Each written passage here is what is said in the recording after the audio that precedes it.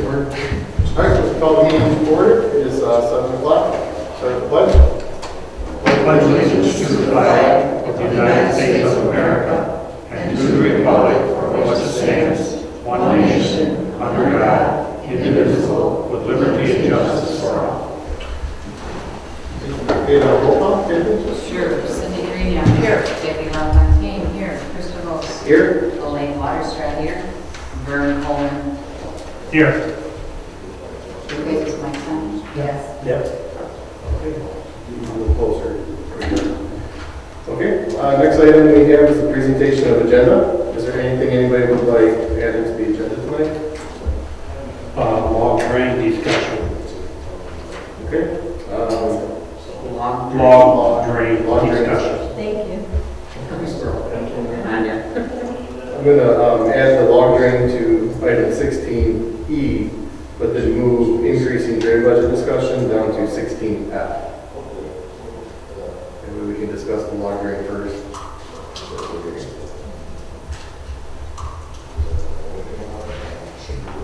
Are there any other changes for the agenda tonight?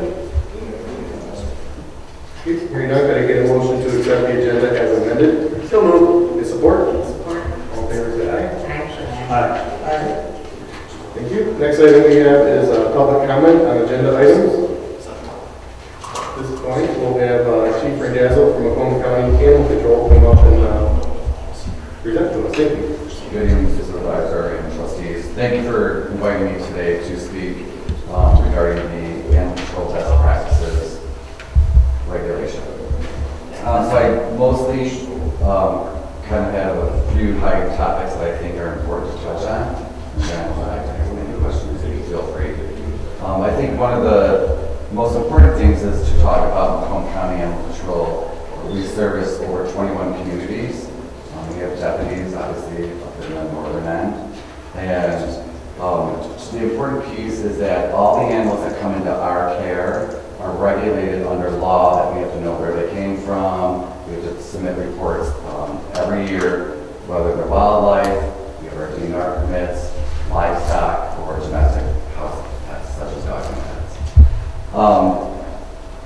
Those animals, depending, mostly are kept for 4 business days. Obviously, that's their legal hold time, so if they don't have an owner, by law, they're required to keep them for 4 business days. If there is a criminal action against those animals, that we're holding those animals for around, let's say, our building, could be anywhere from 30 days or longer. And so I thought that was an important piece to talk about today as we go through these important amendments that were made to the best practices.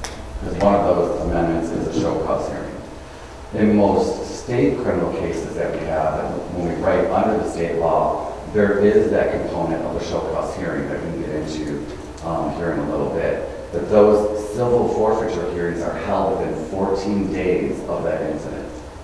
And I think that's an important piece when we start talking about cases here in a second. But I just kind of wanted to let everyone know that animals in the state of Michigan are considered your property. So just as you have a car, you have a right to that animal. And so it poses a big strain when we're removing animals or we pick them up stray, because then we have to find an owner, and we can't just do anything with those animals until they legally become property of the county after their legal hold times. So I just wanted to kind of point that out there. We track all the animals, as I mentioned earlier, that are in our care. We include them all in state reports. So even if an animal stray, and all our law enforcement agencies, which we have 13 that we work with, they have a form that they have to complete and submit with every animal. And so we hold those animals and then we log that in with the state of Michigan. So going forward, one of the big items that we felt was really important to amend into the best practices was hobby breeders. And hobby breeders can include anything, right? So someone could be a hobby breeder of parrots. They could be hobby breeders of dogs and cats and all different kinds of animals, right? They're just hobby breeders. And so it's not that we ban hobby breeders, but in our experience, they need to be registered with Macomb County Animal Control. So we know that they're implementing best practices. Just last week, we had a hobby breeder that had over 41 but they're kind of a rare cat, kind of like a Savannah cat. And those are very hard for us to place. And not to mention that they were sick, but had they been registered, then we would at least know, and they would be on our radar, that we'd ensure that they have best practices in place. And that's an important piece of this animal ordinance that we want to adopt. So when you look at the best practices and you look at your current animal ordinance, you're obviously going to find that this one is far more robust. And it's because of all the incidents that take place throughout the county. So if you think about if we're in Richmond Township and we're in Armada, you want the same ordinances. You want something that's similar. No matter where an incident's taking place, it would only make sense that you have tools in the toolbox for when you need them. So it's not punitive, it's being proactive. And I think those are important pieces to look at. MDARD only requires, Michigan Department of Agriculture, only requires, if we look at dogs, that the only time the Michigan Department of Agriculture is going to require that your license with them is when you have 14 or more breeding females. So if you have under 13, there's a gap. Because we know in your ordinance you don't have it, right? So there's a big gap there. So if we were to go into a situation and they had 10 breeding females, they're still on no one's radar. There's still no one regulating that practice, that hobby breeder. And again, it's not banning them, it's making sure that they have the best practices in place. Who's their veterinarian? How many litters are these female dogs going to have? And those are important because when we go out to these scenes, we see what bad practices look like, right? Most people are breeding responsible. They're all about the registration. Most people are about it. Think about importing animals. If someone lived in Richmond Township and they're importing animals, who's checking that? Nobody. And that's why it's important. And so as you'll see coming up here, we'll talk about a neighboring community that has non-human primates in there. And they're working with the DNR to try to figure out what they're going to do for next steps. But there's no vaccines that the FDA has approved for non-human primates. And last year we removed 2 out of a home in Clinton Township that are now placed at the district. So when we talk about animal behavior, potentially dangerous dogs, that is something that I added. That is something that I tried in Sterling Heights with an attorney there. That's great for being proactive. And part of that potentially dangerous dog is so that we had a dog that was not being dangerous, but being potentially dangerous. And so now what we do, instead of being punitive, we be proactive. And we say, okay, here's some things you have to do. You have to start going to training with your dog. Is your dog sterilized? We start microchipping it. And just certain important pieces that we feel make pet owners be responsible. So instead of, the only thing you have right now is just a dangerous dog. If your dog acts this way, it's going to be dangerous. Where potentially dangerous talks about that gray area in between. So maybe some menacing behavior that we want to curb. And so therefore, now we have something in the ordinance that we can utilize to help people be responsible, to take their dog to training. There is actually a House bill right now that's going through 5915 that we worked with about potentially dangerous dogs. And it's important because right now it's just being punitive if you have a dangerous dog. The other piece is talking about keeping of animals, unattended animals. So I just kind of, when we put this together in 2022, I just kind of kept those numbers in there so that you have the numbers from 2022 in previous.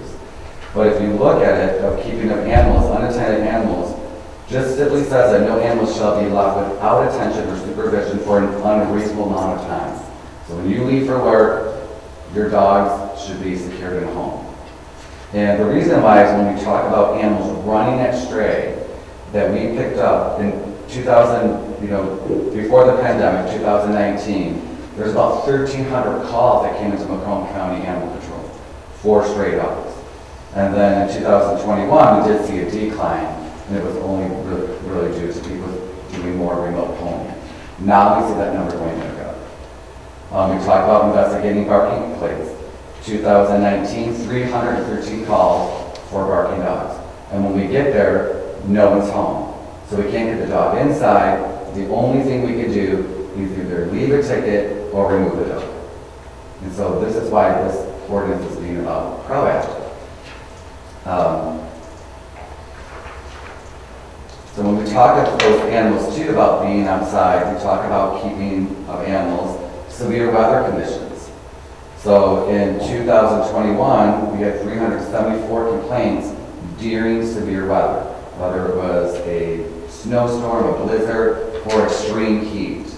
So in here we put how if there's a national or local weather service that issued a severe weather warning, then we want those animals to be secure somewhere, whether it's in your house or, something that brings those animals out of those elements.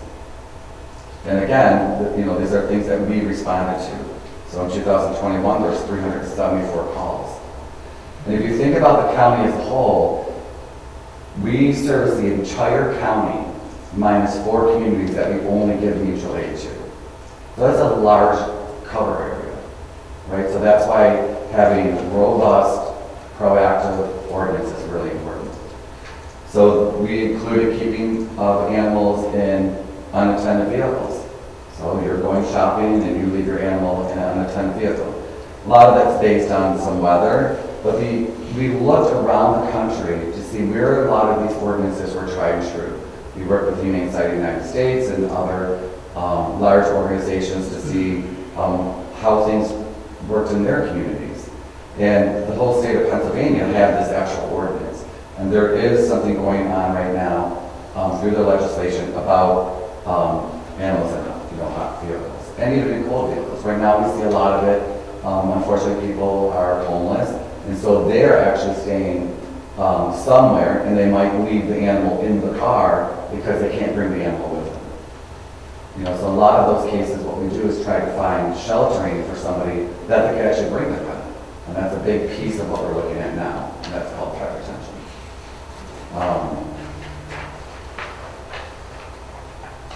Dangerous or exotic animals. What we're looking at now first is that we want them to seek approval from the municipality in which they reside that they want to have those exotic animals. And we specifically do not allow dangerous animals to go into a municipality without the approval of those municipalities. So if we think of, unfortunately we didn't have a slideshow, but if we look at, we had a resident with a kangaroo. We had, we talked about the primates that are in Bruce Township. We had another person that had monkeys in Clinton Township. It's really, we don't want to take that animal and then say, okay, well, you can go to Richmond because they don't have an ordinance. We don't want to start moving animals to one municipality into another just because there's no ordinance. And that's why the importance of having universal language throughout an animal ordinance for everyone that we serve is really important. Same thing with if we had a dangerous dog. We don't want to take a dangerous dog from Roseville and then go ahead and put it into Richmond Township because you do not have an ordinance right now. And that's why that's important. So it's not just a one size fits all. It's important that we look at the whole scope of what we're dealing with. And it took a long time for me to write this and work with organizations to do it. It took about 2 years to get through it. But it was so important because as a person that studied animal science, as your chief animal control deputy, I felt like it was very important that we start being proactive about it. And I see the movement with other counties and their municipalities, and all we're doing is moving one animal that's dangerous and they have an ordinance set in place to another municipality that does not have it. And that's what we don't want to do. And the big one right now, you're going to see coming up this year in 2024, is that there's a new, I don't know what we want to call it, but it's called a coy dog, which is a breed between a coyote and a dog. And right now the DNR gave out permits for them. In the state of Michigan, we banned wolf hybrids. I don't know if everybody's familiar with wolf hybrids, but we had wolf hybrids and we banned them. And the reason we banned them is because there's no FDA-approved vaccine for them. So now people started being creative, and we have coyote dog mixes, we'll call them. And right now, you can actually get a permit. And that's why this is important, because if you start having them in your community, then it's important of how you're going to respond to those calls. Because there's no FDA-approved vaccines for them. I don't know if you heard about Macomb Township this year, we had an outbreak of rabies in our skunk population.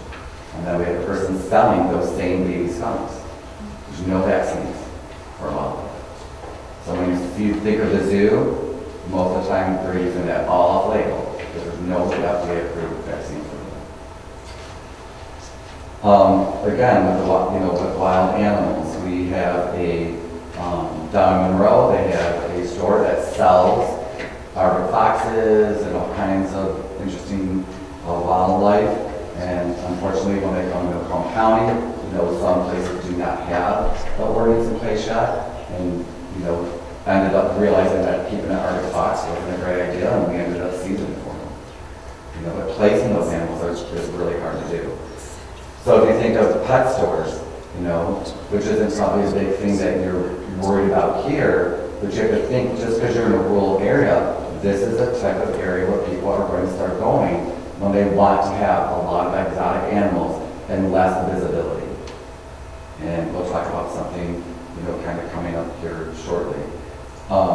The DNR, and our biggest portion of this is making sure that the municipality is always the first to be on the approval list. That if somebody wanted to, have wild animals, if you have an ordinance, then the answer is pretty clear. But if you don't, then at least be on the approval list for it. You don't want it to be something that, springs up on you, and now you have to, make a decision about a resident that has non-human primates, or has, real hybrids, or certain animals that aren't regulated yet. So we've talked about farm animals and petting farms. The reason why this was an important piece is someone like me who studied livestock management at Michigan State, was really important that making sure that people follow the generally accepted agricultural management practices. Because what we do see is that there are some really good people that do it. If we look at certain cider mills, they have great livestock human relations with our public, and I think that's great because I think educating the public about livestock is really important, and encouraging, farming. I have a family farm, but I also think it was important that for those that want to have livestock, that you have best practices in place. So all we did for the farm animals was make sure that we included the gams in them. And if you look at the right to farm, they actually utilize the GAMS, right, the generally accepted agricultural management practices. So just making sure that everybody has best practices in place, right, that they're following the guidelines to keep those animals healthy, whether they're animals for human fiber or they're animals that they're going to have on display for public. So those are important. So all we did is make sure that that is actually in your local ordinance. And again, we talk about performing animals. So most performing animals should be regulated by the United States Department of Agriculture. But if you don't have something in your animal ordinance, I could easily go bring an animal that's not on your animal ordinance as long as it's licensed with the USDA. And we're saying, no, you can't just do that. You have to get approval from the municipality.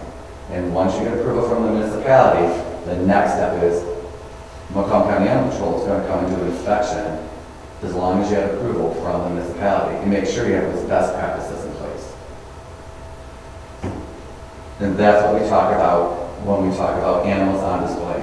And what we don't want to do is see anybody having an exhibition with animals where they're encouraged or those animals are encouraged to perform by using any chemical, mechanical, electrical, or manual devices in a manner which will cause or is likely to cause physical injury or suffering to those animals. So almost as if we're forcing those animals to perform. And a great example of that would have been in the city of Fraser. They had 2 large elephants bedding bow, and whenever you see those elephants, especially, which was very interesting that they had Asian elephants, but you saw them using these things called gaffs, which is where they pull them behind their ears, and it's inflicting pain to get them to do what we want. And to me, that's animal cruelty. We shouldn't be allowing it anywhere. And so that's why we have that in there. So if you think of petting farms, we want to make sure that they have hand washing stations. You know, it's required by Michigan law. They have. So again, it's talking about having best practices in place. We talk about the humane pet acquisition. This is about, you know, something that's not probably really big in this community, but obviously in other communities. And it's an effort to, you know, for future operations of pet shops that sell animals, to stop them from selling animals from puppy mills or large-scale breeders, and actually use the animals from your own Macomb County Animal Control or from local animal rescues first. And I think that's important when you talk about the animals that were taken in from all these communities, also, you know, your community being one of them, that you want to encourage them to adopt those animals from a facility that services you, and those animals could be coming from your very own community. And then when we talk about, you know, the pet stores, you know, most pet stores are never impacted because they already have that. If you look at Petco, PetSmart, we have relationships with Pet Supply Plus. Most of all those big, large chains are already working with an animal organization. And I think, you know, that's an important point out as well. So it kind of leads us into animal rescue registrations. So why is that important? Well, we want to make sure that those rescues are employing best practices. So then we talked about Bruce Township. We have a person that has a rescue there. They have domesticated animals, they have livestock, they have exotic animals, and we just see them starting to pop up in communities that do not have any sort of animal regulation that makes those animal rescues be registered. That's all we're saying, is that you need to be registered with Macomb County. We want to know who you are, and we want to make sure that you have best practices in place. Think of it like this. If you have a large-scale rescue organization, what's the emergency plan if that building catches on fire? Right? And no one really ever thinks of that until it happened. Right? And so now we have, you know, a serious situation going on, and we have a lot of displaced animals. So that's important. When you think of farmland, you don't just think about farming. People utilize those same acreage for rescues, right? So whether it's rescue of livestock, exotics, domesticated dogs and cats, whatever it may be. But there has to be some sort of emergency plan. Who's the veterinarian that they're working with? Those are all important places to think about. Because if you think about Macomb County, we're heavily regulated. Every animal that comes in there has to have an exam. We have to tell the state where it came from, how long we held it, what happened to those animals. That's all we're asking, is that we make sure that everybody who's operating a rescue is operating in good faith. Because where did their animals come from? Are they importing animals? We don't know. And we won't know until we actually have them register with our department. And then we keep them, you know, we do yearly inspections on them. And that's important. One of the biggest pieces of the best practices is what we were talking about earlier, which is the show cause hearing.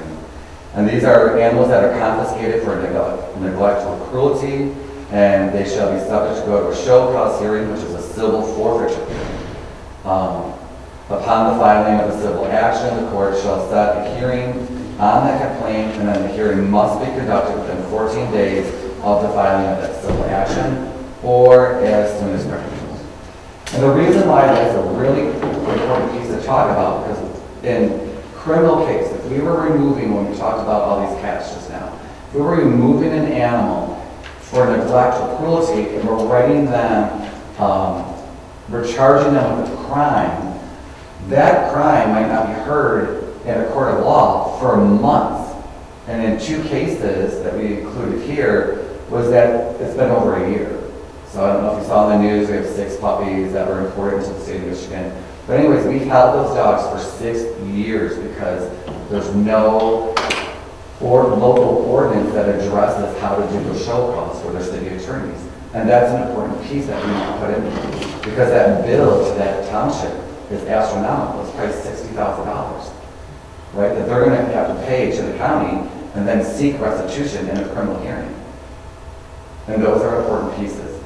And that's why we're putting it into your local ordinance. So it gives us the tools in the toolbox that we need whenever this incident should arise. And again, it's mostly in neglect and cruelty cases. And that piece of that show cause hearing, that civil forfeiture hearing, is separate from the criminal case. That is, again, about taking property and trying to get ownership of that property. That's all that really is. And so that's separate from the criminal case. And I think with that piece, I am done. So, any questions? I just wanted to touch on the pieces that I thought were the most robust for the ordinance. I got a question. So I just went online into the Macomb.gov website. Okay. And so I was just looking at, I was actually looking to see who other townships or communities have adopted this already, and it didn't really say anything. I couldn't find that. Yeah, we don't have that posted on, but I can send it to you. I was just curious, because I thought it limited to me what I was saying with, or what I saw, was like when I clicked on the different areas, that each area said, like Richmond, you can get 2 dogs and 2 cats. Well, how about if we have more? So now we're like, oh, we can't let the county know if we've got 4 dogs and 2 cats. Now we're gonna get fined. Is it like that type of thing? Like, oh, we're gonna come over to your house now because we heard that you've got 5 dogs and you're only supposed to have 2. No, so what happens is, that's just so, like, that's an informational website. So you only allow so many dogs in your community. You can live in Clinton Township and have 4. So when people are looking for information and they're directed to that website, if they're looking for, like, I moved to Richmond Township, how many dogs can I have? We can either tell them, but we also want to make sure that that's something that's public that everybody can see. Who said that? Who said that in Richmond you can only have 2 dogs and 2 cats, and Armada you can have 4 dogs, and New Haven you can have 4 So it dogs? has to be in your animal ordinance. So we've already adopted this. No, you didn't adopt No, that. not this, something in the past. Yeah, you have an animal ordinance. It's, the important piece is if you went on your township website, can you find your animal ordinance? That says how many dogs and cats you can have. I'm sure we did. Yeah. Yeah. So, Do you have that ordinance? do I personally? I mean, can you go online right now and It's find that? online, yes. Is it? Our Okay. ordinance If I is looked, online. I would have been looking and I couldn't find it, but maybe I'm looking in the wrong spot. And that's one of the reasons we post it, is because we service your animal control. And we want to make sure that that information is there for all residents. Our entire ordinance. So truly, so honestly then, if I was to go onto the Macomb.gov, I should be able to see who townships have it. Yeah, If that was of interest to me, and if I was interested, to see, like, well, I'm really concerned about this. So it should be something. what each township or municipality will do, once they adopt it, it becomes their new animal ordinance. So it's already going to be on their website, or it's going to be on Unicode. So we direct anybody who wants to see what their local ordinance is for animals to their city website. What is this, what was the other? It's called Unicode. It is a website or software system that you would have everybody's, mostly everybody's, animal ordinances, and your zoning ordinances, and all your ordinances are usually listed on a site called Unicode. Okay. You are already on Unicode, and animal control is chapter 4. It's already. Thank you, All Samantha. right, thanks. Thanks. Is that the Richmond Township? Or the city of Richmond? You like to look in the left-hand corner. Spread that. That's the city version. That's in my name. Yeah, it didn't say. So I just had a question, like, just one thing, I just need a little That's what I'm here for. mark. So, just this one article, this Article 10, so this humane pet acquisition. Just because you mentioned that this one person or family was raising animals. Now, it says here though, that like, you can't take these animals and you can't sell them. It's on page 29. Like it says that, like, not at the flea market, so if people take their animals to the flea market, are all those people, like, if you were to just come by there one day, are they gonna go like, oh, you're gonna get a fine? Or is that what happens? I'm trying to understand, like, are these people looking to get ticketed and fined, and if everything isn't put through you first? So, for your question is, if someone's taking puppies Yeah. to a flea market and that they bred in their backyard, and say you don't have the ordinance, who's regulating that? You go buy the puppy, and it's sick, and now you get it home and it has parvo. What recourse do you have? None, right? So now you call animal control and you're like, hey, I bought a puppy from trustee Vern over here, and it's sick, it has parvo, and I have to save all this money into it, you know, and then it dies. But you call animal control and you're like, I think this is wrong. Like, this guy shouldn't be selling these sick puppies at the flea market. Well, there's nothing anybody can do, right? But if we have something in a regulation, we can go investigate this and be like, hey, wait a second, where are you breeding these dogs, right? We want to see where you're breeding them. These dogs have parvo, now they have to be quarantined, right? So it's just about being more proactive about it. So it's not just about being punitive. It's not everything has to come through us.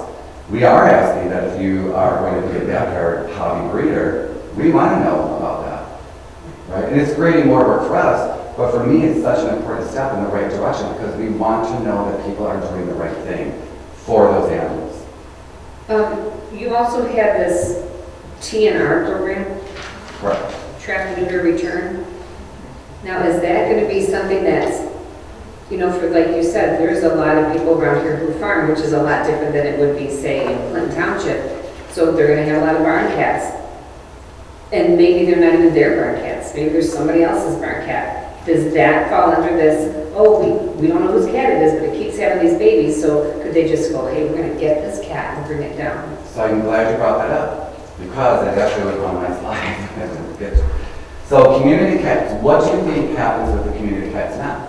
Someone calls animal control and like, you know, hey, I, have these cats that are just wandering onto my farm. What do you think happens to those cats? Keep walking. Right. I can tell you that last year we spent $44,000 in trap them, spayed and neuter them, and vaccinate them, and we ear took them throughout the entire county. We actually have a program called Barn Buddies. So someone that has a farm is like, hey, we're on our website, like we need, we need some cats for these micers. Perfect. Right? And all of it we've always paid for since 2013 when I started the program. It's countywide. The entire county, and we pay the entire cost. That sounds exactly what it said that TNR does, is they clip their little ear and all. Yeah, that's the So program. is it the same? It's the same program, so it's not punitive. So if you're a farmer and you had a cat and the cat had kittens, you're like, oh my God, it's driving me crazy, what do I do? We actually have a voucher program. You call us and we say, hey, here's a voucher, you can get your cat, sterilized for free, get it vaccinated, and we'll ear tip it so that this way everybody knows that the cat is sterilized, it's in a program. And then the minimum is not going to reproduce, and we don't have to worry about rabies.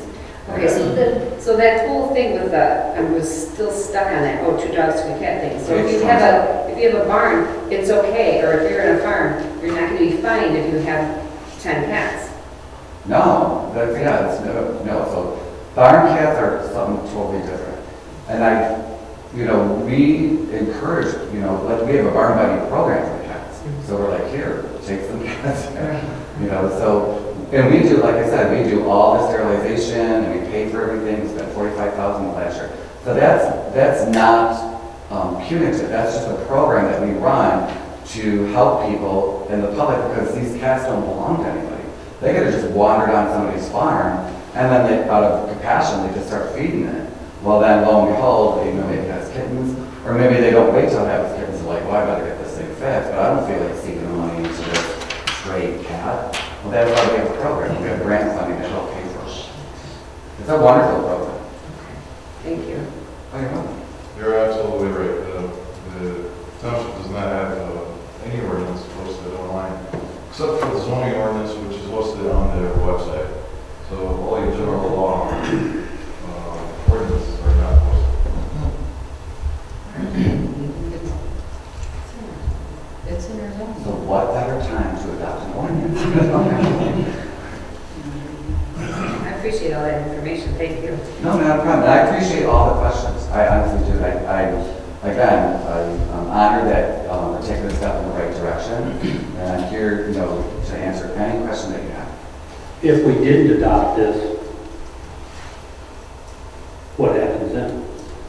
So what would happen is on May 1st, we would just be able to go back to enforcing what we call the state law. And that's a dog law of 1919, the regulation 151, and that probably hasn't been updated probably in a long time.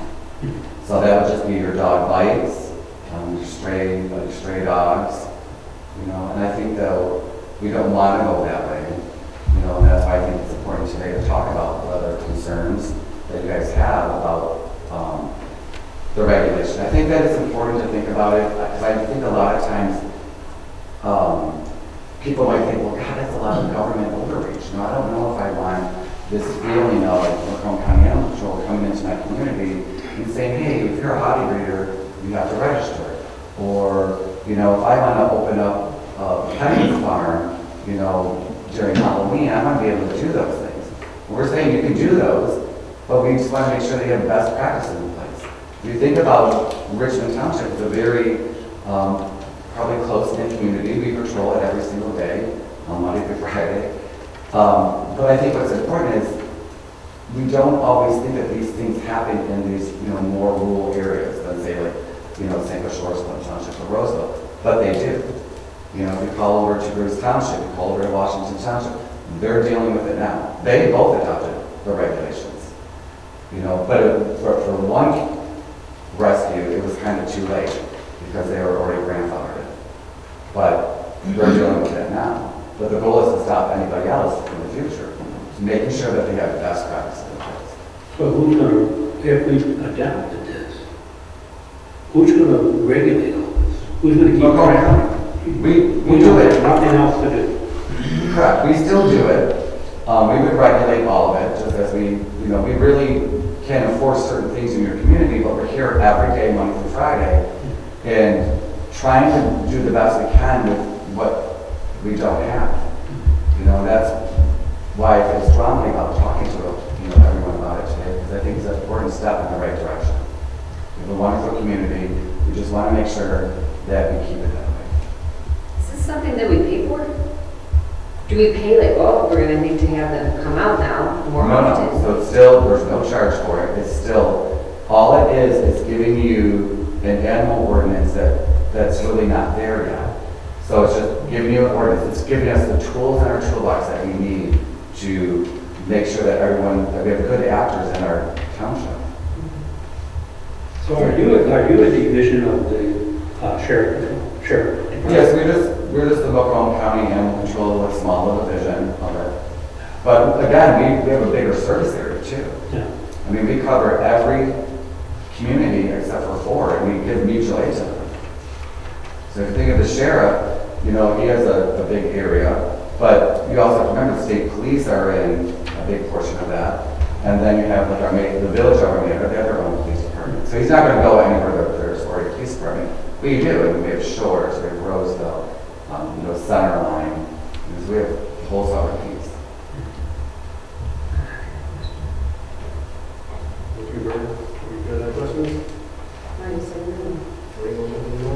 I think he answered my original thing, is why this came about. Right. When it first come to us, it's like, what's going on that they feel they needed to, you know, want us to adopt this. But I think he's kind of went through all of that, I think. He's Do you have other concerns that you want to talk Is the about? animal control also, is it for wildlife? Right. So when people have wildlife concerns, like dead deer, is that your? So we pick up dead deer every Wednesday for it. We've been doing it since I started in 2013 with the sign. So we still always pick that up. We try to get as much as we can with one truck. You know, and we take care of all the disposal and stuff like that. Okay. All set with questions on this one? Thanks, sorry. No, You're no, late. apologize. It's No, okay. that's what we're here for. I want to talk about that. Well, listen. Cindy, do you have any questions? Really, the only question I had was what Vernon had asked, is I'm listening to all the things that would change with regulations. I do worry about the extra work that would cause for our office staff. So there shouldn't be any more work on your end. It all actually come from our end. All we want to do is include you, though, in any approval process. So say, for example, we could do Shelby Township. that Shelby Township, someone wanted to open a reptile store, right? And they didn't have the regulation yet. So then or best practices yet. So then this person could open up, selling snakes on Van Dyke in 23 Mile. And I'm like, well, there's nothing that says it can't, right? And they're, and they're like, well, this isn't right. I'm like, well, there's nothing that says in the ordinance you can't. So then they adopted the best practices, but it's kind of like, well, the damage for that piece is done, but it'll help prevent other things.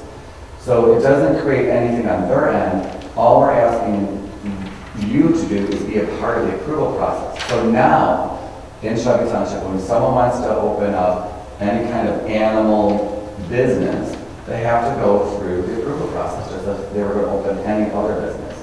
And the reason why is because we want to see what they're going to open, what does it entail, and then we want animal control to come in and make sure that they do have other permits, that this is something that the township wants and approved to be okay.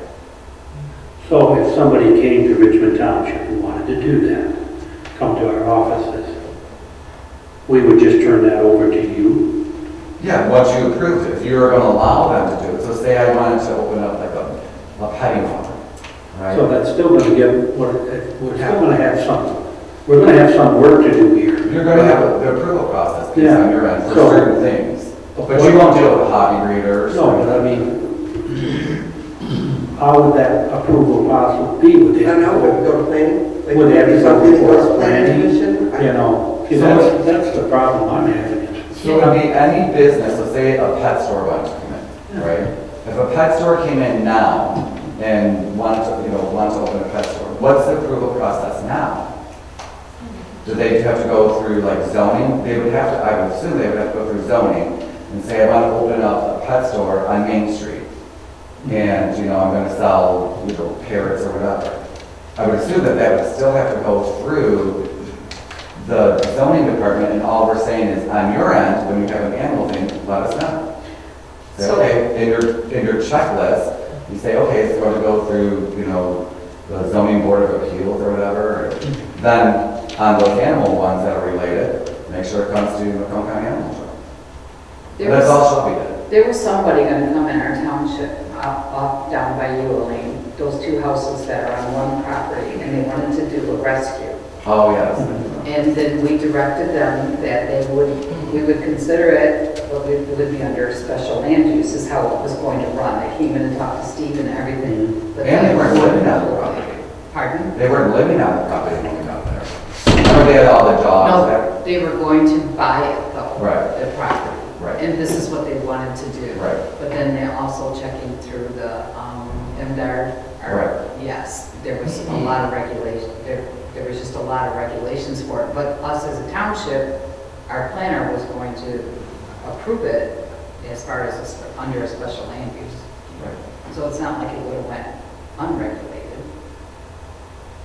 But if that happens, could we simply add to our ordinance, or up to our thing, to tell that person, okay, it's approved, but you have to meet animal controls? Yeah, we have And to we just add it simply to our turn it over special. to them? Yeah, or else add it to our special land use approval. I don't know how that, Yeah, that's how what- that would pan out. That was the only thing that ever really came in. Yeah, so I think the best piece in a situation like that if it's involving animals, always just call us. And then include us in, if we have someone that wants to open up a rescue, and, this is what, we'll take it from there and say, okay, we'll interview them, talk to them, go out, see the property, what do they want to do? And then always ultimately it goes back to the township to be like, hey, we inspected them, and, this is what they're going to do. So someone, like we'll use another community, they wanted to open up a dog kennel for boarding. And, they had built new buildings, and it was all this, this great specs, and the building department granted it, and now they have it. So it's just about making sure that people are putting best practices first. So if we adopted this, and let's say somebody come along, started an animal rescue, didn't come to us, didn't do anything, just started it. Next thing we know, we find out about it. Is this ordinance going to help us stop that? Or could you step in and stop it? Yeah, we would definitely step in and stop it. Because one, they didn't get approval, Mhm. right? So this is what this is going to do. So you have to get approval from the municipality first. You didn't even do that. You know, so that's the first stop. Yeah. Right now, we're gonna start looking at what animals they have, where they come from, that kind of stuff. That's where the investigation starts. But at least you would have something, because right now we have nothing. So there's a short piece there. And I know it's a lot, but I just. Well, we actually have that from 1919 or something like that, right? That's what we currently are using? Correct. On the way in the back here? Dog law of 1919. Correct. Any questions, Gabby? Okay, ready to go? Ask everybody else to make sure you didn't have anything else. Okay. Very good. Okay, thanks.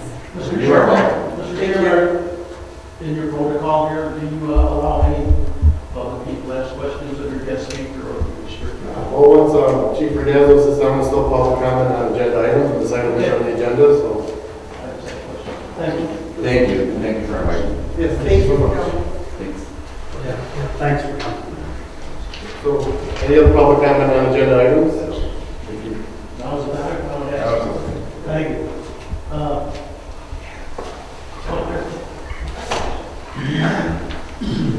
Chief Rendazzo, I have to get this specific to something else, and so not really answer. But protocol, would the Macomb County Animal Control and Macomb County be the one that would play a good part in inspections of a new kennel that might be going in and automatically be part of the inspection process? Yes, with the new ordinance, yes. Okay, because we have ordinances, but if it gets through our special land permit and planning commission, I just want to make sure that our county follows what Macomb County does. And secondly, is there a state law on noise levels that might be produced from a kennel that they have to abide by? So I have a feeling, because we just had this in one of our communities, and actually the one I was mentioning earlier. And I don't know if one of these stands, I don't know. So I think for the noise piece, when we talk about noise reduction and noise ordinances, it's important to kind of look at your own township or your own municipality, because some are different. Some might start at a certain time and go to a certain time, but when we talk about dog kennels, we talk about decimals. And so that's why it's an important piece in the regulations when we talk about decimals. So it should be in your ordinance. If it's not, time to change Right. that. Especially when we see, people are, like the outbuildings, we'll say, are more metal, or they might have a metal roof, and we don't have acoustic tiles, like in animal control, if you've ever been there, we put up acoustic tiles, so it just kind of deadens the noise. You can do acoustic curtains. So we try to recommend all of those things because we want to be mindful of the neighbors, because we may live in a rural area with a lot of acreage, we still have to be mindful that you start putting 20 dogs in a building, an outbuilding that's metal, it's going to really increase those decibels. Do those work, the acoustic curtains? They do, and the tiles worked really well. So that could be as a contingency in a second. Absolutely. Thank you. You're welcome, and I can give you that information. I can give you my card. Okay, I'll see you then. Thank you. Okay, Dennis Serema on Vernon Road. I just had a question for you as well. Sure. Dog licensing. Yes. I know that it's probably a big issue for a lot of us, and right now the only recourse we have is to actually go to animal control and have our dog licensed, because the township doesn't have a licensing program for dogs. So if we did adopt this, I'm assuming that we would have to abide by Macomb County's dog licensing. Is that correct? Right, but you're abiding by them now. You could get your license online too. Oh, you can do it. Yeah. That was my next question. Okay. Yeah, we opened that in 2019. Right. That was my only question. Oh, Thank you very much. And your tag, just so you know, your tag from Macomb County is the only tag in the state of Michigan that has a QR code on the back. So do you have the tag? No. No. It has a QR code on the back, and so it's a lifelong tag for your pet. And if your pet's ever lost, if someone had a smartphone and just opened up their camera and scanned that QR code, it would send you a text message.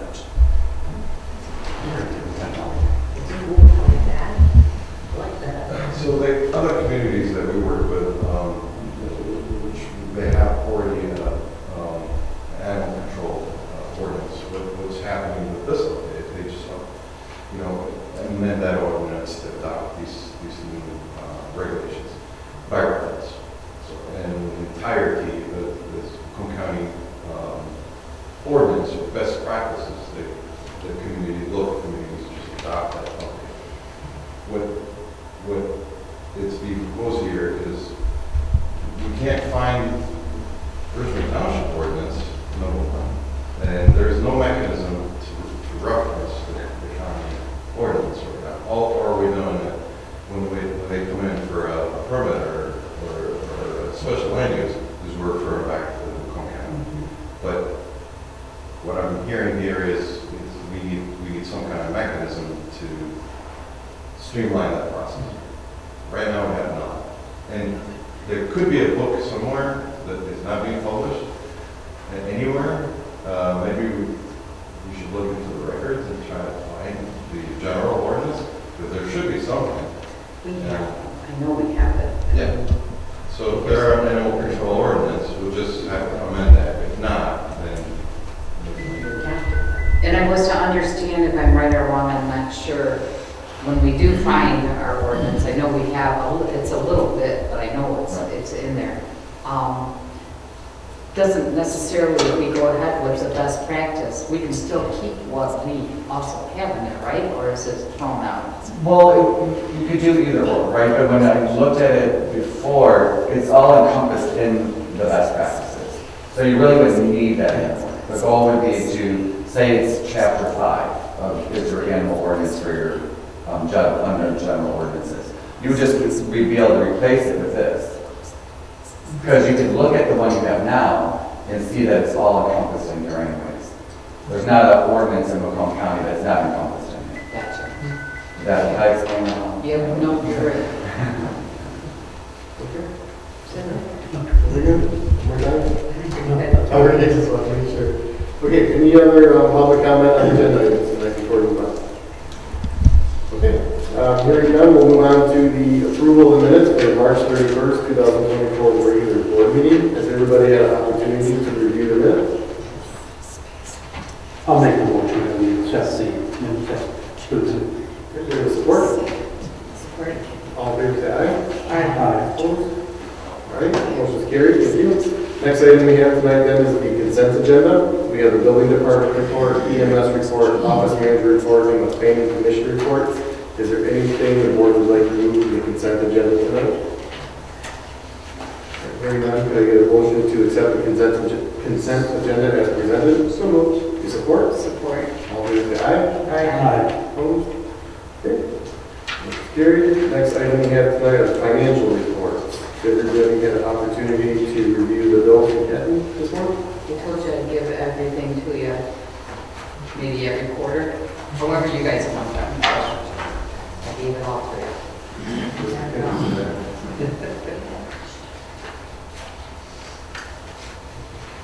You got a question, Vern?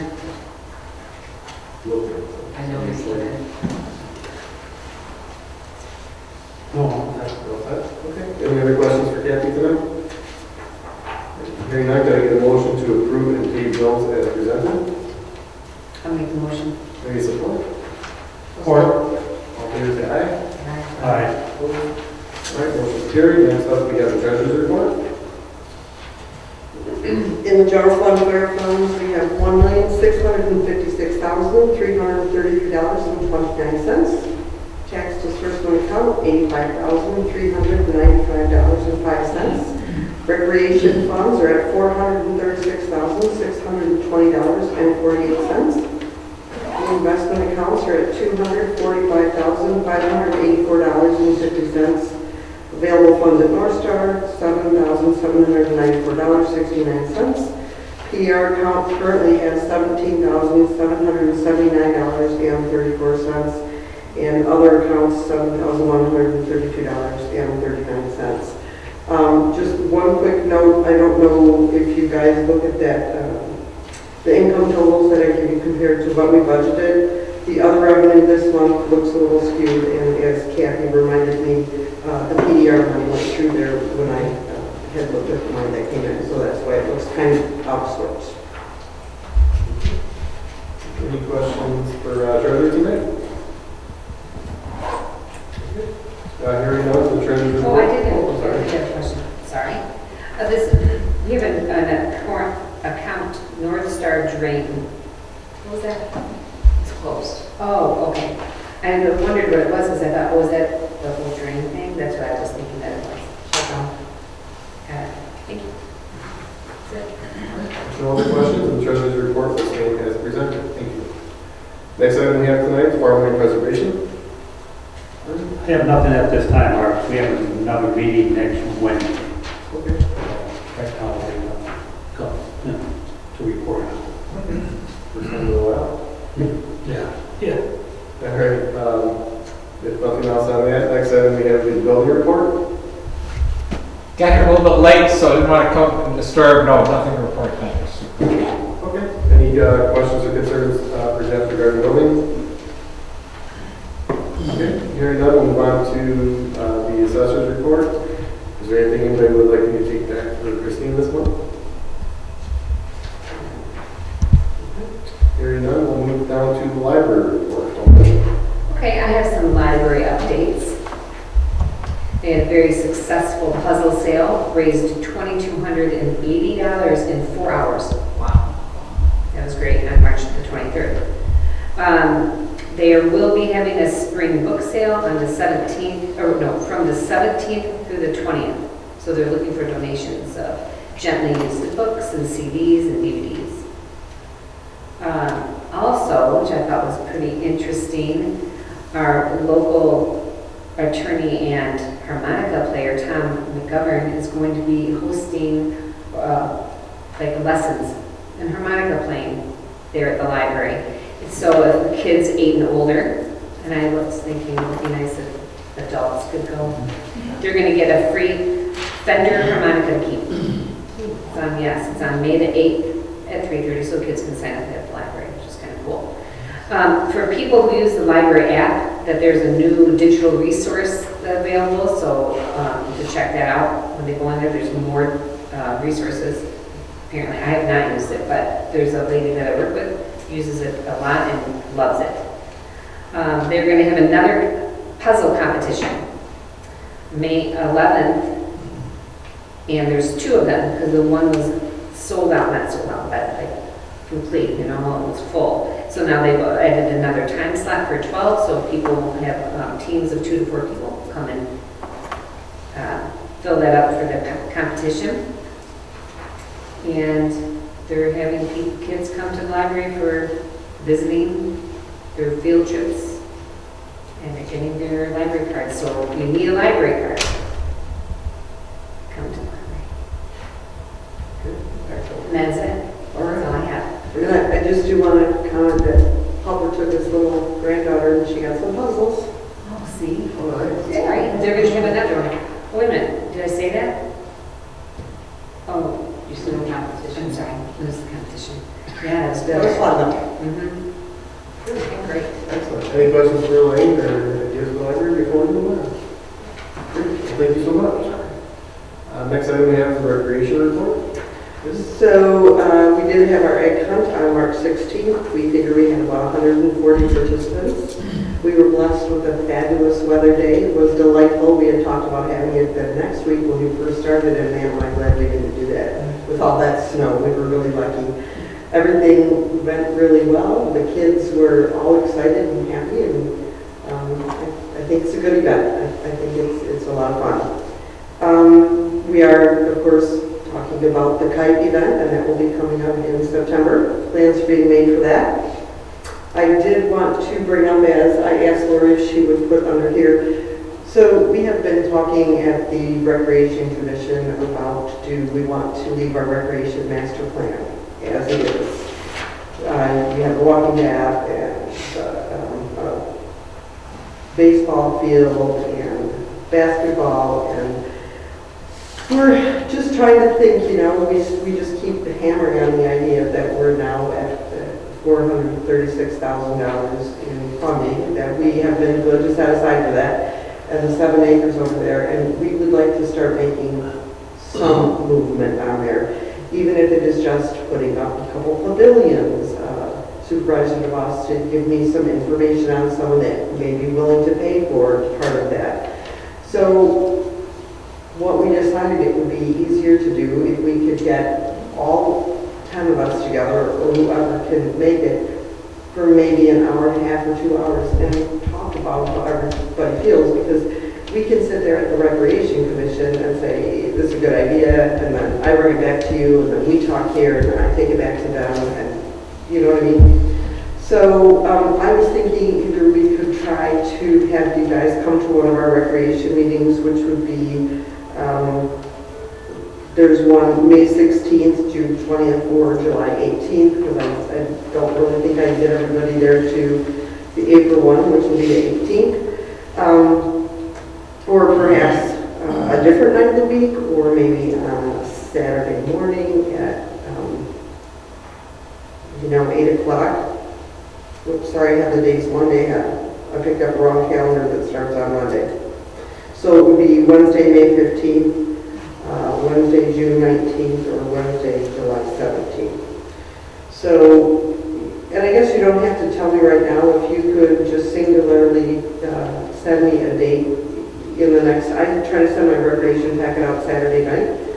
So I would like to offer that date up to them. And like I said, it won't be, nothing super formal. I just think it would be better if we could all sit down and talk about this at one time, talk about our ideas, and maybe get some better direction. What are those dates again, Cindy? Now that I have the right dates, I know where my money is. It would be Wednesday, May 15th, Wednesday, June 19th, or Wednesday, July 17th. Or, we can, like I said, we can meet on Saturday. We can get here at 8 o'clock and maybe be done by 10 or so. We don't want to take up a ton of time, but since we're the body that will make the actual decision, I really think they'd like to hear more feedback, not just mine. So, What time do you usually meet? we usually meet at 6. Because I think the 15th is planning. Well, that's what I was wondering. I know that we do have planning commissions sometimes, because Jonathan is on, Now, and he'll be switching from one hat to another. Yeah. So, It'd be easier to catch more people though. you think? On that day. You guys have it just before planning commission? It's just before planning. I'm just wondering if an hour is going to be longer, because planning starts at 7. So if we meet at 6, is an hour going to be long enough? We could try. I mean, we can try, and if it doesn't work, we can pick another day while we're there. So what day is that? May 15th? be the 15th. So you want to try for the 15th? And Yeah. say get here at 6 o'clock? Mm-hmm. Okay. I will put that on the agenda for next Wednesday, that we will try to, I'll be here at the 15th at 6 p.m. on May 15th. And if the planning commission meeting is canceled for some reason, usually for something on the agenda, that would be every day. Okay, all right, let's shoot for that. Everybody's okay with that? Okay, great. More than. Just the 18 hours before. Okay. Well, Yeah, yeah, 18 hours before. thank you. Thanks. Okay. Any questions for Cindy regarding recreation of any sort before we move on? Okay, well, thank you so much for that. We look forward to the May 15th meeting. That's it. Okay, next item we have tonight is the NEMC report. Elaine? No, I really don't have anything that's new to report. However, if we did want to get some sort of announcements or any kind of announcements, and I think that we mentioned it, but to get them to Bill and he'll put them on the screen. So, just to keep that in mind. Also, we don't have anything coming up, do we? Because I said we had nothing that was up and coming that we needed to have taped. We don't have anything coming up, right? No. All right. No one had anything really going on except for the Sucker Fest that seems to be a big thing. So, all right. You're always looking for tapers, right? Yeah, and they're always looking for tapers. People interested in that, they're going to pay you money. Training in progress as we speak. That's right. I love it. Yeah. Right. All right, perfect. Any questions for Elaine? Take back to NEMC for us? Okay, hearing none, we'll move on to unfinished business. First item up is the bridge funding update. I just included an email exchange from Sharon regarding her interpretation of the document that the county provided. It just seems more of a request rather than a demand, but you've all seen that. Other than that, I don't have anything new. Any questions or comments on that? Okay, the other, real quick on that too, I did check the cost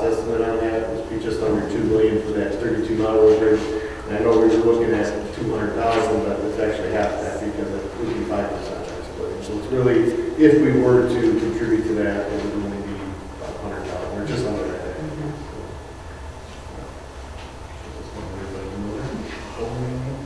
Well, we started at 250, so we're making our way down. So, any other questions or concerns you want me to look into on that? Alright. Hearing none, we'll move on to the GFL discussion. Should all have in your packet tonight, a proposal I got from GFL, and this is just what they're proposing. It's looking for a little bit of direction from the board. I guess we'll start with a motion to discuss. I'll make that motion. Do you support? Or, Alright, so what they're proposing is they have a couple different options, and each option does consider an increase. Option one would be to keep all services exactly the same, and it increases. I think they're around $550 per household, we're about 14 something now. I'm sorry, can you? Our cost per household for It's trash. $175 a year, so $18, $70 a month, yeah. So they're in a budget of 1995. Well, from 175 to 240 basically, so that's a 37%. 1458 is what right now. But we have to have it, check it out. Right, well, so like with that first option, we'd be increasing roughly $550 per month per household. So it'd be like 21. We'd be going from 1995 from 1450. And that's keeping all the services exactly the same for either a 2-year or a 5-year term with the annual increase of 3.5% each anniversary date. The other option we have, which the city of Richmond has gone to, does save a little bit of money, goes to $17.60 per home per month, and that's every other week recycling. And the city of Richmond seems to be working pretty well with every other week recycling, and it does save money. It's just an option. I was not wanting to give up recycling at all. I think we need to keep that, but at least going with every other week, it still gets done, and we do save a little bit back. I wonder how How could you take a poll? I wonder if you could do that. I wonder if you could do a survey monkey, put it out to all the people in our township and say, how often do you recycle? It would be a great thing to do. I wonder if we can. That's great. And we did that with recreation stuff. Yeah. Oh, okay. Because, hey, what money. I think it'd be interesting to know how many people do put out recycling every week, or do people normally just put it out, oh, I don't have enough, I can wait till next week. Especially because you're using the big cans now. No, it's Yeah. great out there. Yeah. This is nothing we need a decision on tonight. The contract expires at the end of the year. It was just an option. The other option would be then to put it out for RFP and see what we get back, which I feel like would be much, much higher than what we're looking at right here in front of us. But that is an option that the board has, so. And as well, you have to figure, someone has to write an RFP. Yes. So I know I did that last time, and then you have to have the attorney review it, and it's a pretty long process. I really can't imagine people not wanting to go for the lower rate. Either. Right. No, I mean, that's it's what all we got about to getting do. money But I'm- going. Tom is our recycler, so. Are there going to be people upset that say, what did you mean you took away one of our I think we should do what you said. contracts? I think we should do it and then come back and talk about it in May and see what the results were. Okay. I think it's a great idea. And Yeah. we can at least say that we asked, and this is what we Right. decided. and what- People have an opportunity to give us their thoughts. Sure. Well, that's fantastic. We could even put that across on the, Look at you. little. There you go. Just ask for it and you're gonna get it. All right. We needed announcements, and I That's right. put it It's a out great there, announcement. refer to the website to participate. So Yeah. perfect. Okay, so we will do that, and we'll keep it on the minute business. We'll revisit that in May or June if necessary, and see where it So goes. we're gonna get us one with that. Absolutely. That's why I wanted to start having this discussion as early as possible. All right, excellent. Well, thank you for that idea. Next item we have on unfinished business is the discussion of the animal control ordinance. Can I get a motion to discuss? I'll make that motion. Support? Okay, so we all heard from Chief Randazzo early on in the meeting. What would be our next steps on this, and how does the board feel? Either way, I know there's probably some planning and zoning development if we decide to go this route. We're still in the process of recalculating too, so it's And not like. that has been ongoing for a long time, I have to get back at that. I guess so the thought would be if we did decide to move forward with it, I mean, we still have to go through the public hearings, the public noticing, and This is something we need to put to our planner first before anything. I mean, want Chair to look at it, not that it's, but it's what we do, right? She did look at it And and what- gave her opinion. And I forget exactly what she She said. just said that this is just a model to research the other people that have not jumped on board with it, that you guys don't have to adopt it. So, and maybe if we could do that, it would be helpful.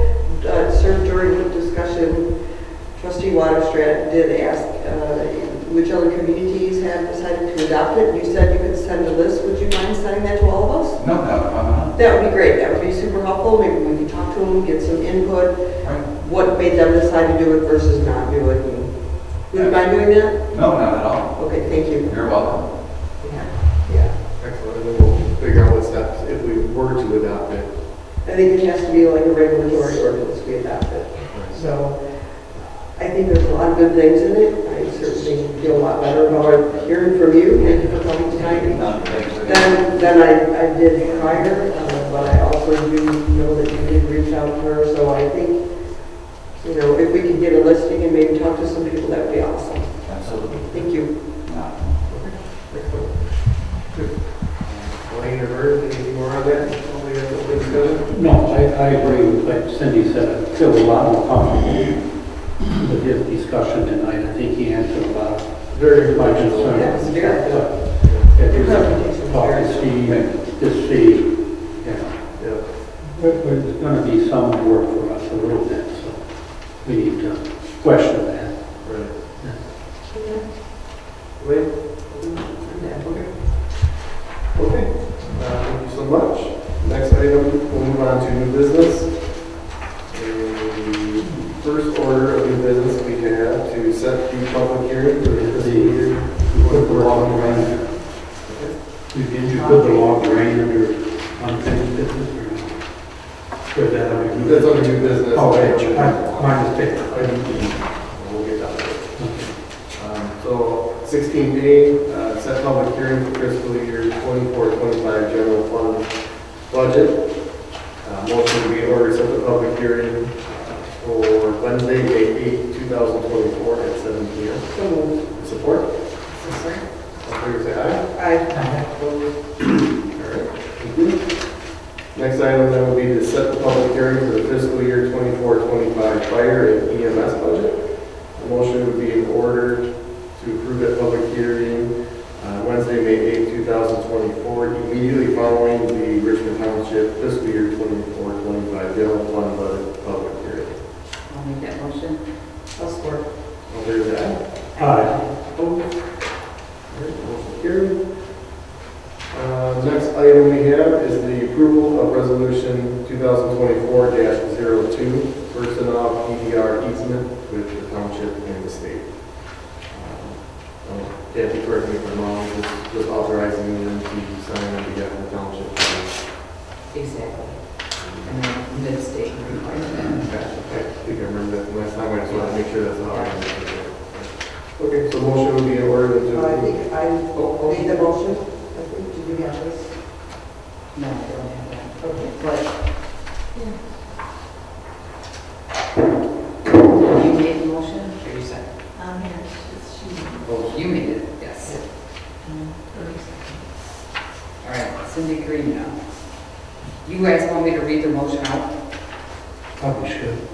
You could. So it just says, I move that Krista Voss, the Richmond Township Supervisor, be authorized to execute all documents and settlement statements for the conservation easement purchased from the revocable living trust of Cornell, our first amount, and Phyllis, is it I or L?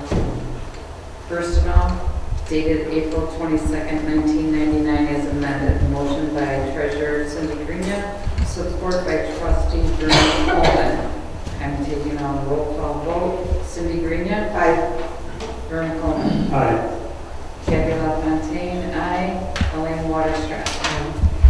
and Chris Delores. Aye. Motion's carried. Means that we have to do a draft minutes as soon as you get it. Okay.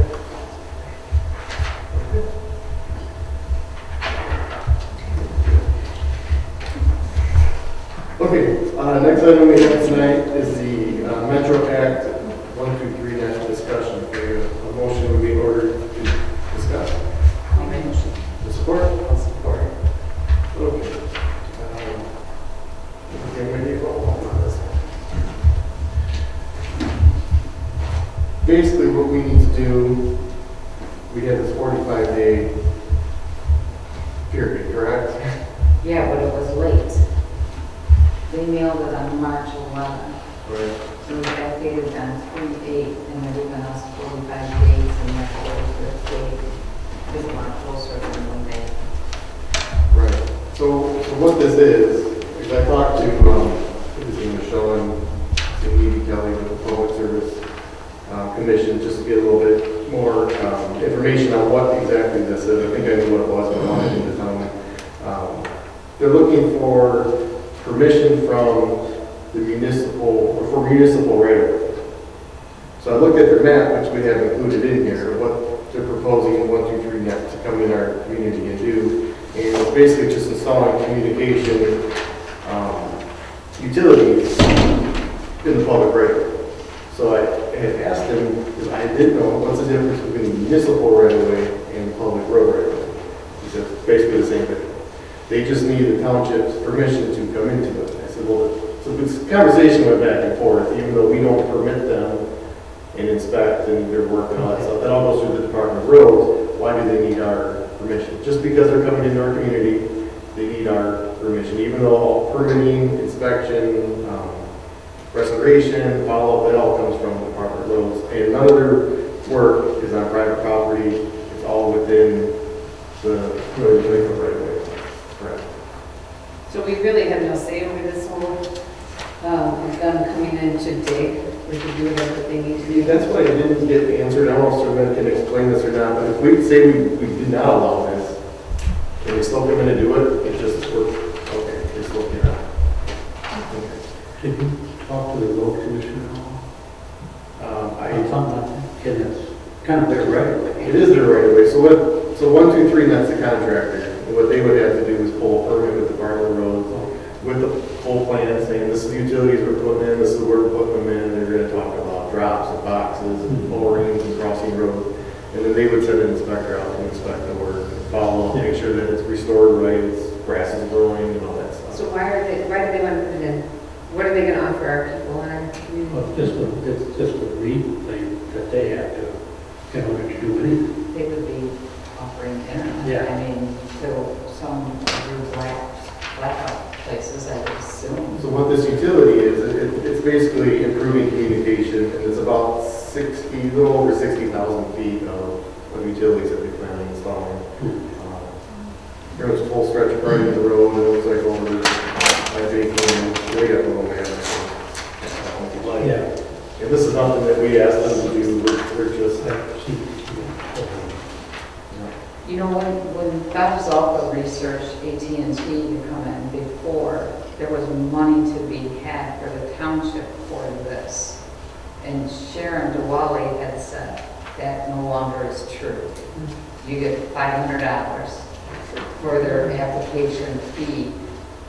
I was totally confused on this whole thing because I'm not used, I knew nothing about how any of this works. However, we don't even have an application for them to fill out. They send all that, so when you sign it off, we don't have anything showing anything to reflect the fact you've got the link, the check. the check's in there, yeah. Yeah, I didn't cash it because I didn't know, yeah, but that's about all you're gonna get moving forward from anybody. Yeah, so it's definitely not a money maker for the township. The only advantage would be that we're improving communications with the township. Communication, would that be like cable? It could be. I left a message with 123 net to find out what are they putting in there. I imagine a lot of it's fiber optic, could be internet. Are we in conflict of our franchise though?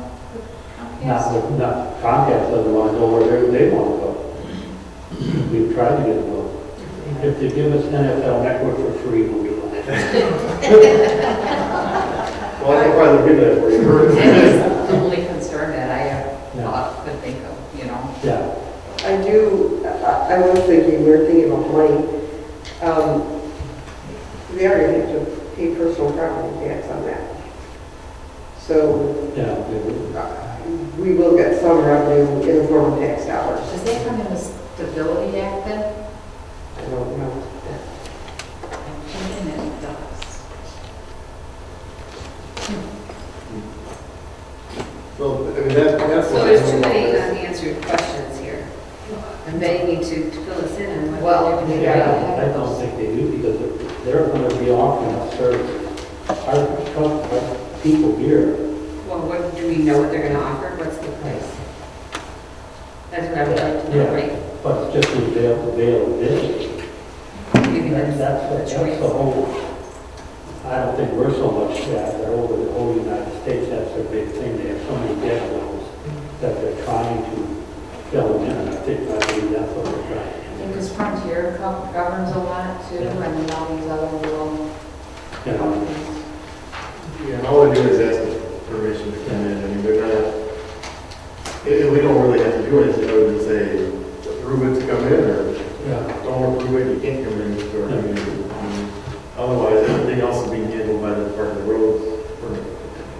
Do we have to authorize you to sign the contract then? Because I think it goes to you. If we go ahead and approve it, then, yeah, well, they have your part for the sign and all that down there. So just this road supplies who with service or who with coverage? Would it be an extension of, oh, it can reach so wide? You know, I don't know. It depends on exactly what the utility is. And Yeah. that's what So we don't we don't, I mean, it's probably not whole line. It could be fiber optic or some kind of internet. I don't know exactly. So, I guess how does the board feel about approving that or not approving? I'm okay with it. I didn't really know much about it. I don't know. I don't know if them coming and just digging when they want to dig, just because they want to. Yeah, but they went through, wasn't one they went through the United States on something, you see that one through that they got, go through the railroads. So the railroads are letting them come through.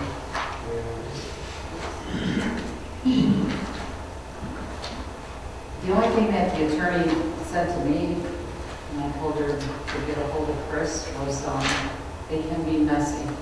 What she meant by that, I have. They can be no clue. what? I'm sorry. Messy. Well, and that's where the permit covers the restoration and the county makes sure that they won't release their permit until they do clean up their mess and they Okay. restore any yards that they cross. They're, usually these companies here, when they come in, they don't let weather stop. Right. I've It could, seen it. it could get messy when, if they're coming in, It could. it happens to rain. If you're watching these DT pole projects for the last couple of years, and then people's yards got pretty tore up. Yeah, But they restore all that, they fix it. yeah.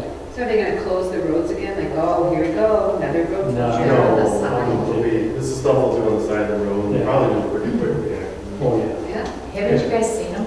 Their trucks look like building blocks, like the ABCs. There's Yeah. blue and red and yellow, Mhm. and it says .net on it. Did you Okay. see? You had to have seen them. 'cause I'm they've sure I been have. up Yeah, in 19. yeah, they're all over the place. And they've been requesting a lot of information through planning commission on our storm drains and sewers and water. No, I don't watch Which it. we don't, it doesn't apply. No, that's what I wanted, but, in my personal opinion, I don't find any harm with approving it moving forward. It is a public right of way, so if we don't let them in, Yeah. somebody else come in, like DT come in and start tearing up people's yards that they have out there, they don't have permission to do that. I mean, it's a public right of way anyway, that they're working in.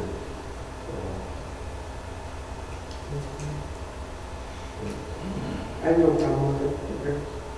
So I guess then the motion would be,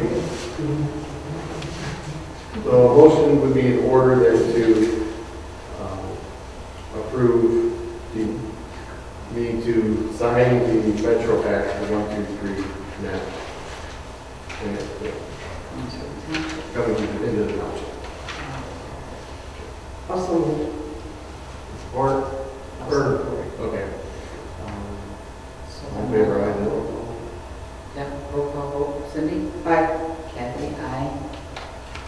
Aye. Elaine? No. Aye. Motion approved. Okay, thank you. Next item we have would be discussion of the log drain.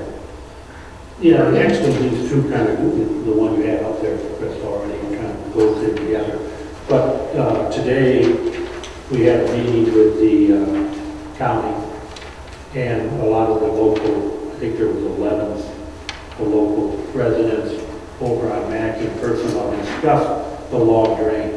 The log drain starts just behind, well, it starts over here by Bob's office. They've already cleaned some of that. They got back, I don't know if you know where Mark Darling lives.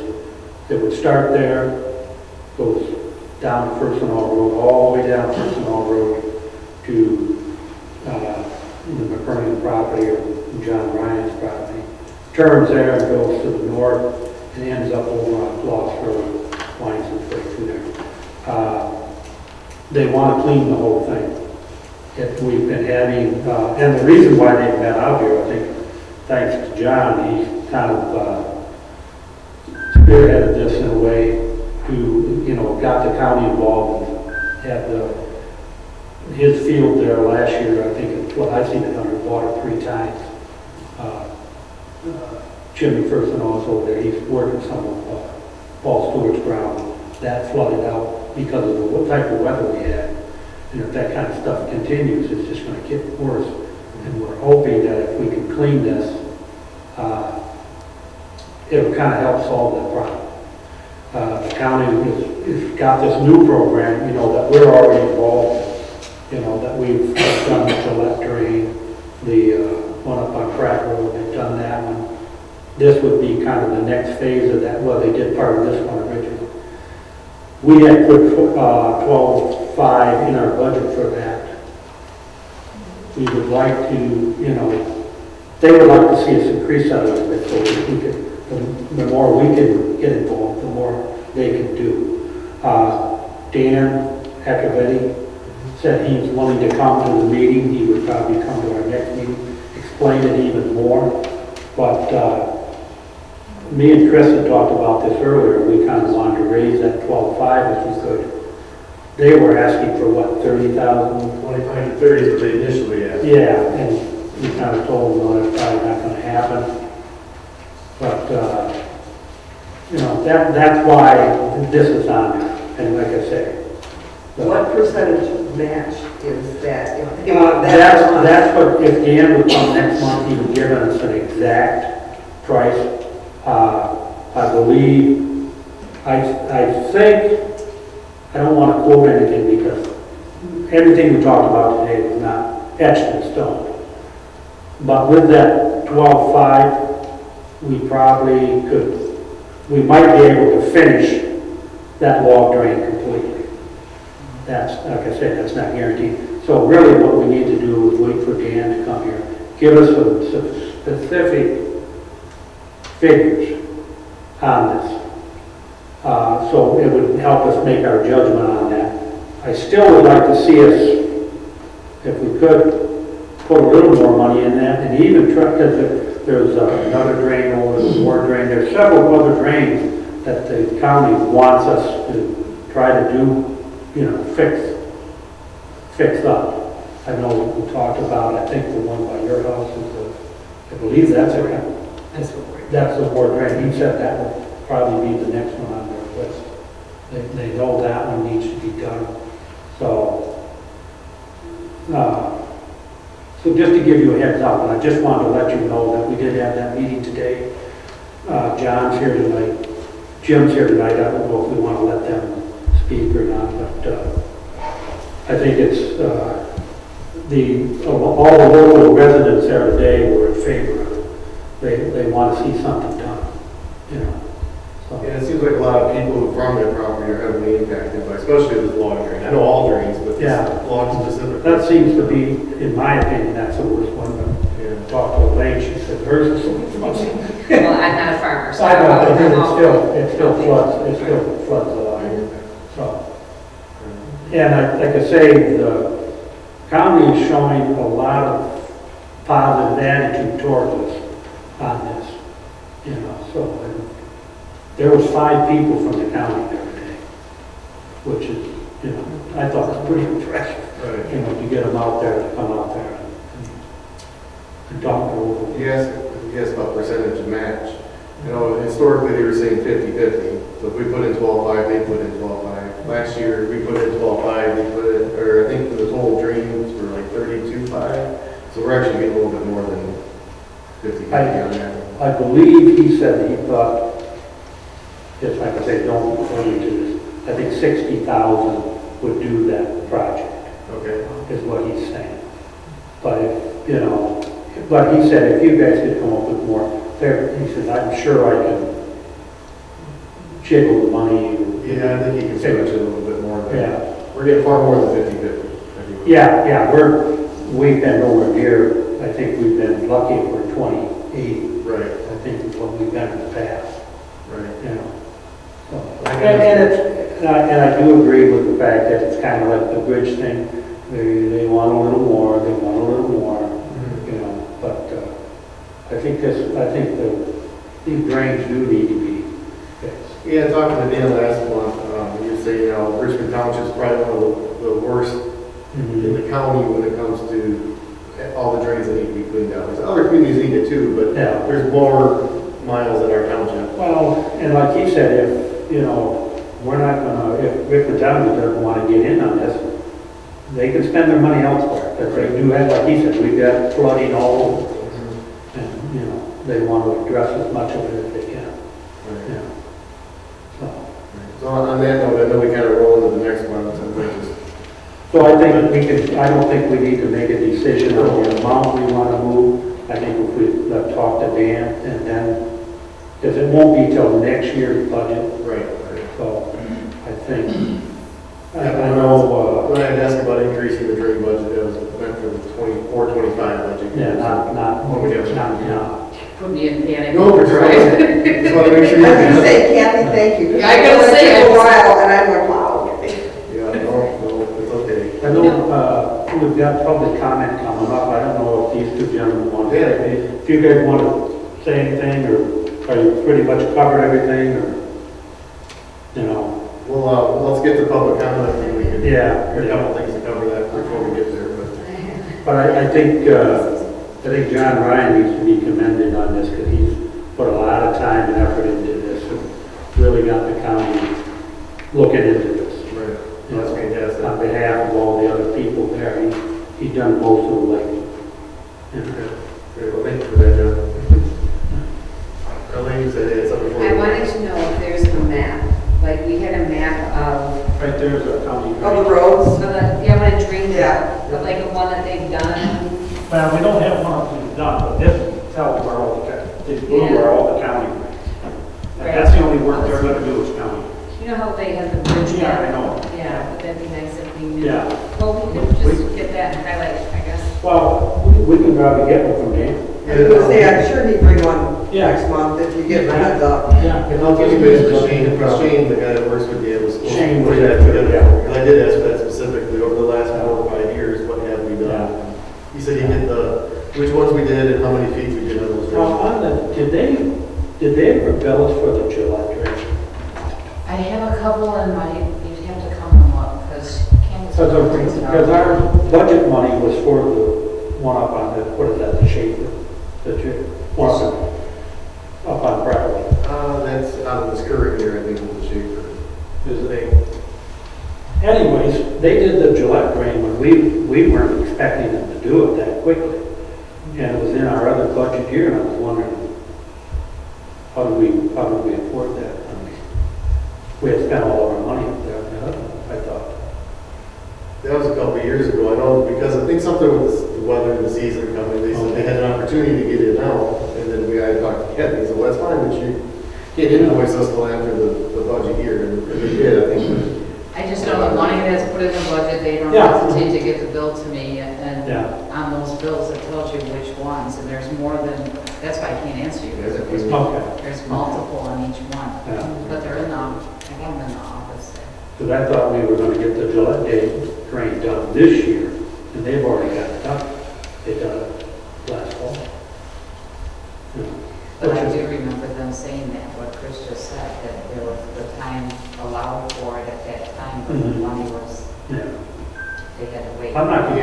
just saying that, I just thought that was good that they did it that fast, Yeah. you know. So they have more money, more funds available. Yeah, they have, I think they said they had $11 million to contribute towards municipality. John Brown was even told us, you know, Yeah. he said, this program, you know, we're putting more money into that, get involved. He said, don't set on this, he said. You know, there's money there, so Yeah. take advantage of it. I'll get that together and send it out to Yeah. you. I would have had it tonight, I didn't know, you wanted to know what was taking place. And we'll get you out here. Yeah, Get all of yeah, he said today, he said he'd be willing to come out. that. Good. Okay, I will follow up with him on that right away and get him on the agenda then.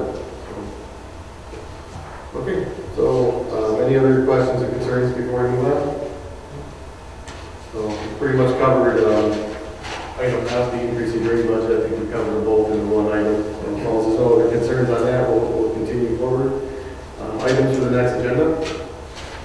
You said the GFL discussion? Yeah, we'll just leave that on unfinished business. Still gonna do the bridge thing. Yeah, and we'll leave animal control on there too.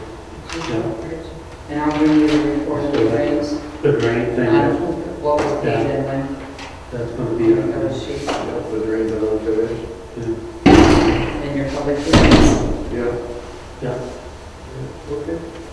All right, let us know if you have anything that comes up in the meantime that needs to be added, no problem. How about call to the board? No, all tonight, okay. Next item we have, that would be general public comment. Okay. Just want to thank the board, supervisor, for letting me come in tonight. I'm only here because very important subject going around all the townships, 84 counties in Michigan. I was referred to come here by your planner in Richmond, in the city, so you get more results here because there's no farmland. So I'm speaking about the really take over our farmland for solar, wind, turbine, for those that really don't want to see that happening. So I'll briefly tell you, 3 minutes, I hope, about 2 years ago, I was approached by neighbors. I lived in Wells Township for 20 years, built a nice home with my wife and our family. And they said, have you heard about the solar panels going up in our area? I thought they were talking about the homes. I said, no. A week later, I was notified by the supervisor that, come in and we'll give you a map, because I was having meetings at my house. About 4 months after that, I saw the map and I walked out the end of my driveway, and for 1,600 acres is where the rear end of these solar panels would start. As it heads around all my neighbors' homes, and it's really a sad story. People were coming to my house and we can't do this, what are we gonna do? So 2 months after that, I became planning commission, chairman of the planning commission and a member of the ZBA. And we were pretty busy last year, but I made sure I asked, I guess, as much information as I could before I started speaking to the individual townships. And we had 2 fire chiefs from Kimball and Memphis come out. I took advantage and I said, what's your protocol if fires break out from whatever batteries? And this is all over Facebook, social media, if they want to know. But, this is a fact. They said we would let it burn. We wouldn't be able to control it. I said, what about the people in the homes that surround it? And he goes, well, most of these, the map you're looking at, Kevin, is now 2,000 acres from a few people that leased their land for this. And all we could do is protect the homes by trying to control any fires that were in the brush approaching them. So when I saw that, I realized there was going to be a grassroots rising up, and it's called Citizens for Local Control. There's a couple thousand people now pushing this. And in general, how this all occurred is, this is fact, there's lots of information out there. The governor was notified there's lots of subsidies, our tax dollars that can help support green energy, which is great. That's how you do it. She called in the NextEra is from California. Ranger Solar is from Chicago. Liberty does the wind turbines, they're from Canada. So you notice none of this is Michigan. And she asked, why are we not pursuing our goal to get as much land as we can switched over to this? And they told her because almost every township we approach and planning commissions are going to know because it's against their ordinance and their master plan, which, as you all know, generations have provided this master plan and updated it through the years. So because of that, I'm not sure exactly how this went, but the governor said, tell me what you need so we can do this. And she said, we will put together a couple laws, try to get this passed in November. And she did. In November, they passed proposal 233 and a couple other ones that supported her all down the line, and people couldn't believe it happened, but it did. So Citizens for Local Control was formed at that time to try to do whatever we can. And when we asked the state, what is our options? And they said, we can put this on a ballot so that people have control if they want to vote yes. Would repeal these two laws and allow our townships to have full control the way it is now. Or, if it doesn't get on the ballot by May, it would enact in November, and wherever they want to build, they're going to build, regardless of our ordinances. And what happened was when individual companies told them, this is what we want, 50-foot setbacks instead of 300, 600-foot high, these wind turbines. And I could go on and on. None of it's good for many, many reasons, but in any case, it's all about putting it on the ballot so we can control or vote how we want to do this. Do we want to continue controlling our own destiny, or this is a paradigm shift? If this doesn't work, we're talking about the state right now, just telling them where they can put these where they want. And there's other things going through. I'm a member of the Michigan Township Association, I'm sure you are too. And when they took a vote, it's like all 83 counties, nobody wants this. They're surprised they got this far, but it did, along party lines.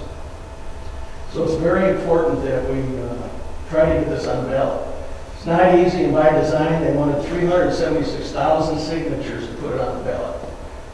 I'm working with very few people who want it, but they just don't have time, whatever, and we're going all over to get these the signatures on the ballots. I can't tell you how many yet, but we're behind. We want to really get this done. So I brought information here that supports everything I just told you. I can tell you that finally, I spoke before the St. Clair County Commission, before Gratiot Planning Commission, the same day they voted it down. And St. Clair County in September of last year signed a resolution opposing the state controlling our destiny. And just 5 minutes ago, I was contacted by another member of Citizens for Local Control, and our Maine Township just passed their same resolution. So I would think that all of us, whether we live in the city, out in the rural country, would want to control how we plan our future, our master plan, our ordinances. If not, the way this works is the state will come through and say, here's what your ordinances are going to look like for solar, for wind, you will abide by it. So she chose 3 Michigan Public Service Commission folks, appointed them to make that. I got a letter here from DTE starting the process of informing townships. You will be contacted by these folks, and soon you'll be getting special use permits if you have farmers that lease their land to this, and not very few, but it's a lot of acreage. And you will, we will review your township ordinances and your master plans, but either way, you have to mirror image what we're telling you. Basically, they're telling us what we're going to have to do. I'm pretty worried about it. 20 years, my wife, we can't handle the heavy metals that come out of these things when it rains. And there's, not to mention what it does to your property values, but most importantly, you come out to rural to look at the farmers farming that 2% signing leases that are totally going to just destroy what you've been used to living with. So I do have all this information. I have a copy of the resolutions here. I'd like to leave it, if I could, Chris, with you and some of the other samples before I leave. So we're also looking for circulators that might want to take some time and circulate them with some other people in their family. I've got 10 petitions with me, but I don't want to be aggressive with anybody. I hope you just understand what I said and how important it is. So. Thank you. Yeah, you're welcome. Thank you.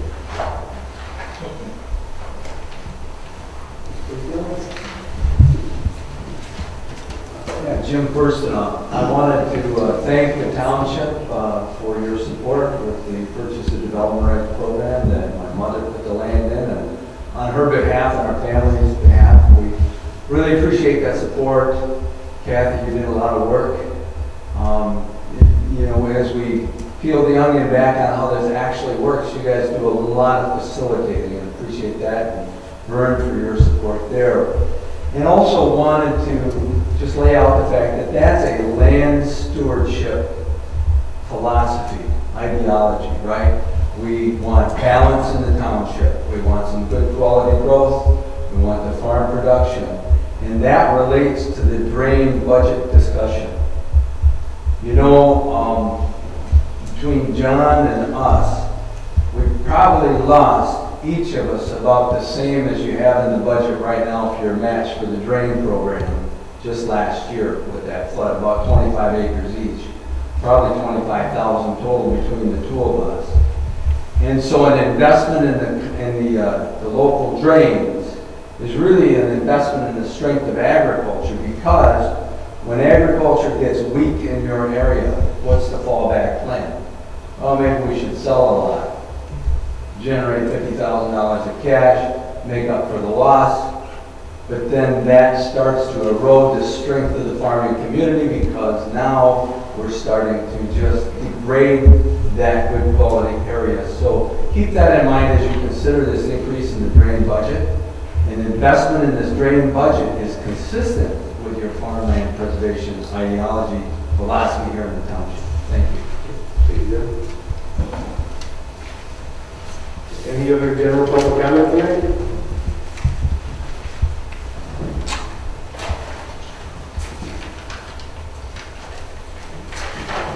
Catherine Oswald, number one, your microphones are working wonderful. I am standing in for Stacy tonight. She could not be here, and following along with his comments. And so she just asked if I would come in and ask you, as he just said, if you would be willing to take any signature forms and try to get them signed. I have found how difficult it is. I told her I'd be glad to do that. And then when I went to a family gathering and brought it out and talked about it, they looked at me like I had wings or ears or whatever, and nobody would sign. So it's not easy to get signatures from people, because I think they think I have gone off the deep end somewhere with when you start talking about these things, because it's so foreign to them. Or they say, well, I live in town, it doesn't matter, and that kind of thing. So anyway, if you would like some forms, she asked me, I brought them along, and she said she had her phone number here too. If you have any questions, you can call her. And the brochures that explain it all as well, I have. So I can talk to you afterwards. But she was sorry she couldn't be here tonight. She said another meeting. But I think, did she bring that regulation to you before?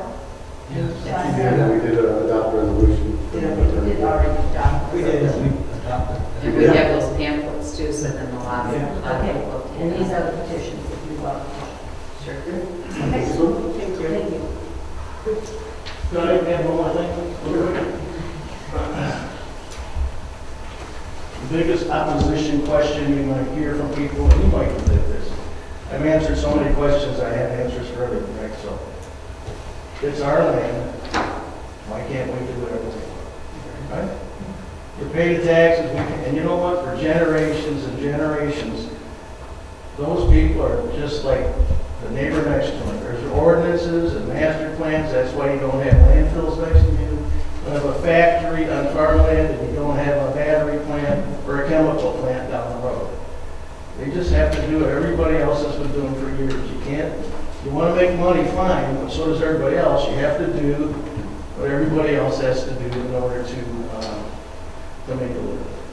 So I just want to add that. So a long time ago, I really researched the right answer for that. And that's all there is. You just got to get on like everybody else. So thank you. Thank you. Any more general public comment? Okay. Hearing none, motion to adjourn is in order. I make a motion. Support? Support. All in favor, say aye. Aye. Meeting is adjourned. there's